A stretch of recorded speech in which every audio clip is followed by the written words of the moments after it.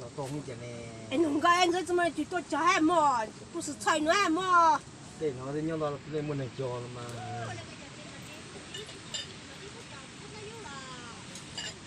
那侬拉掉我嘛，到底叫买。这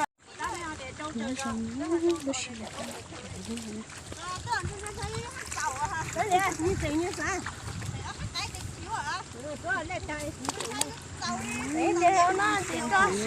trồng ta của dân đảo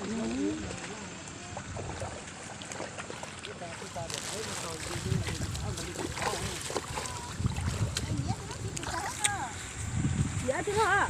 Đấy chậu chưa? Có cái chai này cả rồi hả? Tự do à, tôi cảm thấy cái lót hết cả. Cái gì họ lấy cái gì? Cái nhỏ cho nên để chậu cho bà. Mình cái mình thấy cái số nhỏ tê. Số đấy mà mua nó có đà số chứ không có điện đà. Cái chậu trạch tê hả giờ? Cái gì chứ?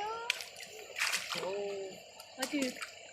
Cảm觉也很买个的，给狗吃苦的，Cái gì cho?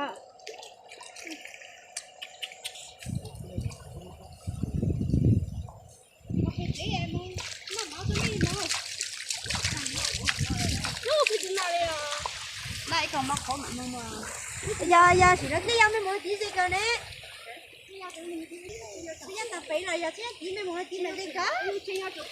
Làm như ăn nó sẽ nấu hả? Ok.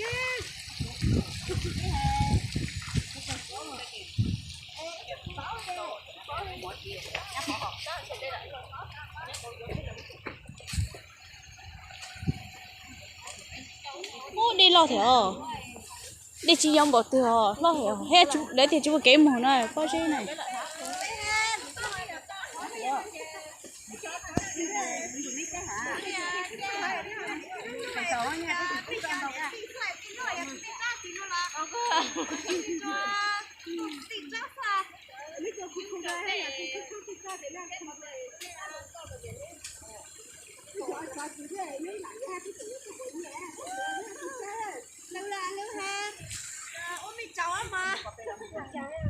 mua đâu không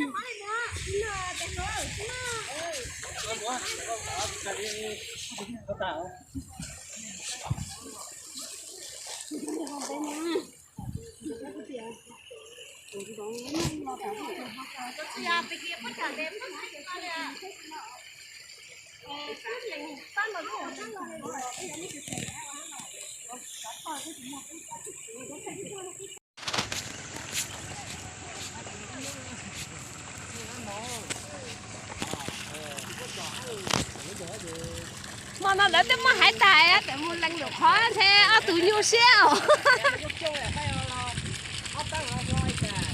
Ta.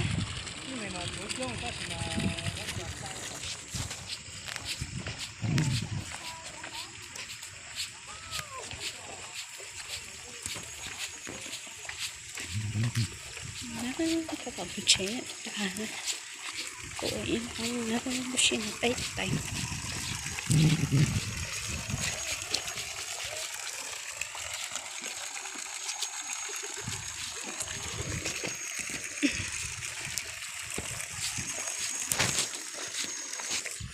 nhỏ này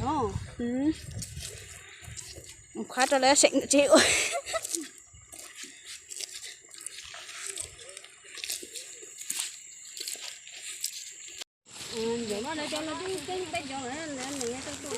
anh này cân thử nhớ không vào tôi nói nó